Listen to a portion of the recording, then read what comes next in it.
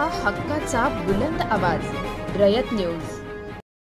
मुर्दाबाद मुर्दाबाद संविधान विरोधी मुर्दाबाद मुर्दाबाद मुर्दाबाद। जब तक सूरज चांद रहेगा तेरा नाम रहेगा। भारतीय संविधानाचा जय हो, महाराजांचा जय हो, राजश्री शाहू महाराजांचा जय हो, अण्णाभाऊ साठेंचा जय हो।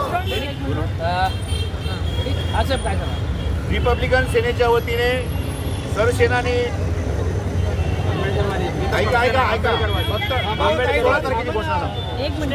त्या ठिकाणी जे काही परभणीमध्ये संविधान प्रतिकृतीची तोडफोड झालेली आहे, या तोडफोडीच्या निमित्ताने जो त्या ठिकाणी बंद पाळण्यात आला होता सांघिक स्वरूपामध्ये, या बंदमध्ये जे काही कस्टडीमध्ये तरुणांना महिलांना जी अमानुष मारहाण झालेली आहे, त्या मारहाणीमध्ये पोलीस कस्टडीमध्ये असलेला जो तरुण आहे सोमनाथ सूर्यवंशी याचा खून झालेला आहे। एका अर्थाने आम्ही हा खूनच म्हणतो।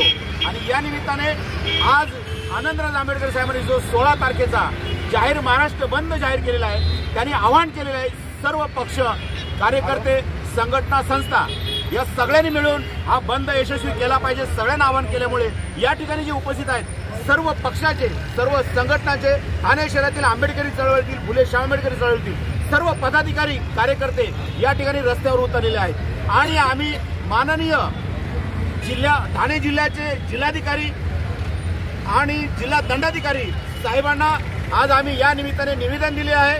निवेदनामध्ये आमच्या ज्या मागण्या आहेत संपूर्ण या आंबेडकरवाद्यांच्या ठाणे जिल्ह्यातील ठाणे शहरातील त्या मागण्या या निवेदनामध्ये आम्ही नमूद केलेल्या आहेत की ज्या ठिकाणी जो PI आहे घोरबांडे या व्यक्तीने ज्या ठिकाणी हे ड्युटी करतात त्या ठिकाणी अशा प्रकारच्या घटना का घडतात आणि पोलिसांकडून त्या ठिकाणी जे काही उभ्या असलेल्या वाहनं तोडण्याची कामं आणि त्याचप्रमाणे स्कूटर तोडण्याची कामं बाबासाहेबांचे स्टिकर असलेले जे वाहनं तोडण्याचं कामं पोलिसांचं आहे का, हा आमचा सगळ्यात मोठा सवाल आहे। आणि पोलिसांनी दंगल भडवण्याचं एक कारण घडलेलं आहे म्हणून संपूर्ण महाराष्ट्रातला समाज नव्हे देशातला समाज हा चिडलेला आहे।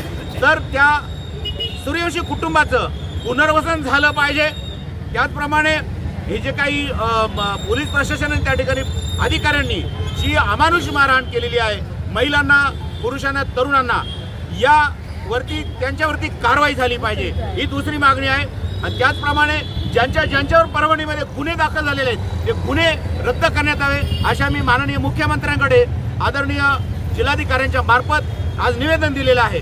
अशा प्रकारचे हे निवेदन आहे। आज आम्ही ते बंदच्यासाठी आवाहन करण्यासाठी रस्त्यावर उतरलेलो आहोत।